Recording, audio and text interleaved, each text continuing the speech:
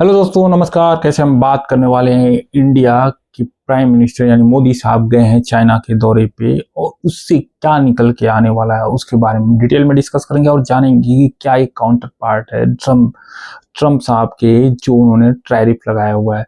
अगर हम बात करें, हिंदुस्तान और चाइना के रिश्ते सदियों पुराने हैं, कभी अच्छे रहे हैं कभी बुरे रहे हैं, लेकिन 2020 के गलवान घाटी की झड़प के बाद तनाव जो था चरम सीमा पे पहुंच गया था। अगर हम पुराने युद्धों को भूल जाएं तो 2025 में पीएम मोदी का यह दौरा था जो 7 साल बाद हुआ और इसमें दो प्रमुख शक्तियों के बीच संवाद, विश्वास निर्माण और सहयोग के नए आयाम खोलने की उम्मीद जताई गई। इस दौर में यह दौरा विश्व राजनीति और क्षेत्रीय अस्थिरता के बीच निर्णायक मोड़ के रूप में देखा जा सकता है, क्योंकि अमेरिका की दादागिरी को कम करने का इससे बेटर तरीका नहीं हो सकता है। संघाई सहयोग संगठन एससीओ के संदर्भ में दौरे का महत्व की अगर बात करें तो एससीओ एक क्षेत्रीय संगठन है जिसमें चीन, भारत, रूस सहित कई एशियाई देश सदस्य हैं जो सहयोग, सुरक्षा और विकास के लिए काम करते हैं। 2025 के एससीओ शिखर सम्मेलन में भारत और चीन के बीच द्विपक्षीय बैठक का मौका मिला जो सीमा और विवादों के बावजूद संवाद जारी रखने का संदेश था। यह मंच न केवल कूटनीति बल्कि आर्थिक और सुरक्षा सहयोगों के बढ़ाव देने के लिए भी महत्वपूर्ण है। और इस सम्मेलन में ग्लोबल टैरिफ, युद्ध, आतंकवाद और आर्थिक मंदी जैसे विषयों पर भी विचार विमर्श किया जो दोनों देशों के द्विपक्षीय समझौतों में असरदार रहे। 2025 के मोदी के दौरे की प्रमुख विशेषताओं के क्रम और कार्यक्रम: प्रधानमंत्री का चीन में भव्य स्वागत किया गया। टियानजिन एयरपोर्ट पर चीनी अधिकारियों और नागरिकों ने वंदे मातरम के गीत के साथ उनका स्वागत किया और भारत चीन के बीच दोस्ताना और सम्मान का प्रतीक बनाया।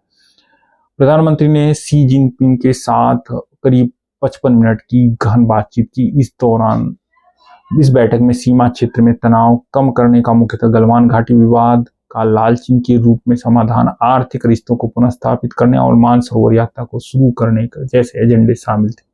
इसके अलावा पीएम मोदी ने रूस के राष्ट्रपति पुतिन से भी मुलाकात की जो क्षेत्रीय स्थिरता और भारत के विविध वैश्विक संबंधों को दर्शाता है। अगर हम बात करें द्विपक्षीय बातचीत तो मुख्य विषय और समझौता सीमा सुरक्षा और शांति। दोनों नेताओं ने सीमा पर शांति और स्थिरता बनाए रखने का संकल्प दोहराया। सैनिकों की पुनः तैनाती और सीमावर्ती निगरानी को बेहतर बनाने पर भी सहमति बनी। अगर हम बात करें आर्थिक और व्यापारिक सहयोग की तो भारतीय व्यापारिक प्रतिनिधिमंडल के साथ चर्चा हुआ। सोच समझकर टैरिफ विवादों को कम करने और राज्य नियंत्रण वाली वस्तुओं जैसे दुर्लभ पृथ्वी तत्वों के निर्यात पर सहयोग बढ़ाने का भी प्रस्ताव रखा गया।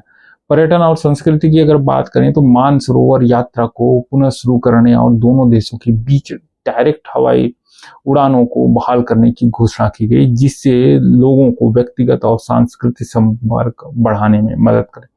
सबसे महत्वपूर्ण जो बात थी सुरक्षा और आतंकवाद के खिलाफ संयुक्त कार्रवाई और खुफिया सहयोग और सूचना साझा करने का भी वादा किया गया।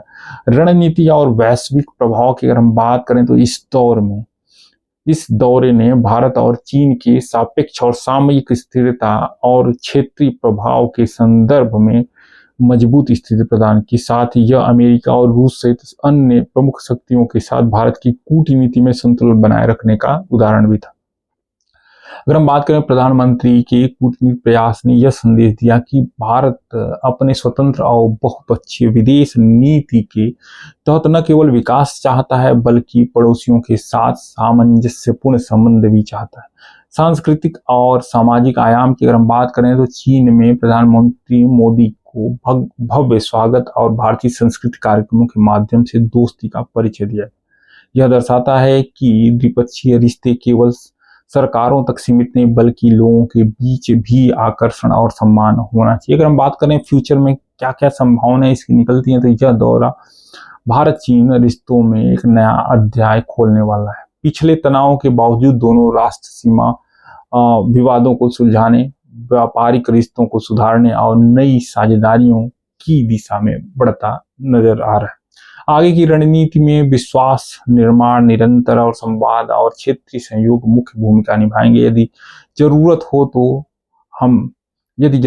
तो फिर हो सकता है दोनों बड़े नेता मिले सबसे इम्पोर्टेंट चीज है कि इस मीटिंग से यह भी दिखाने की कोशिश की गई है कि जो अमेरिका का बढ़ता हुआ प्रभाव है उसको यहाँ पे कम कर सकते हैं, और कोई भी देश मनमानी तरीके से इस समय नहीं कर सकता किसी भी देश पे कोई भी टैरिफ। आप देखेंगे ये जो भी चीजें हो रही हैं राजनीति में और देश को चलाने में, ये बहुत इंपॉर्टेंट है कि आप अपने देश के पक्ष को कैसे रखते हो। जहां पे आप देखेंगे एक तरफ जहां डोनाल्ड ट्रंप जो है वो इंडिया पे प्रेशर बनाए रखे हैं, लेकिन वही इंडिया ये बताना चाहता है कि भैया हम इन सारी चीजों में तो नहीं पड़ने वाले, हम किसी एक पक्ष के साथ नहीं, हम सबके साथ हैं।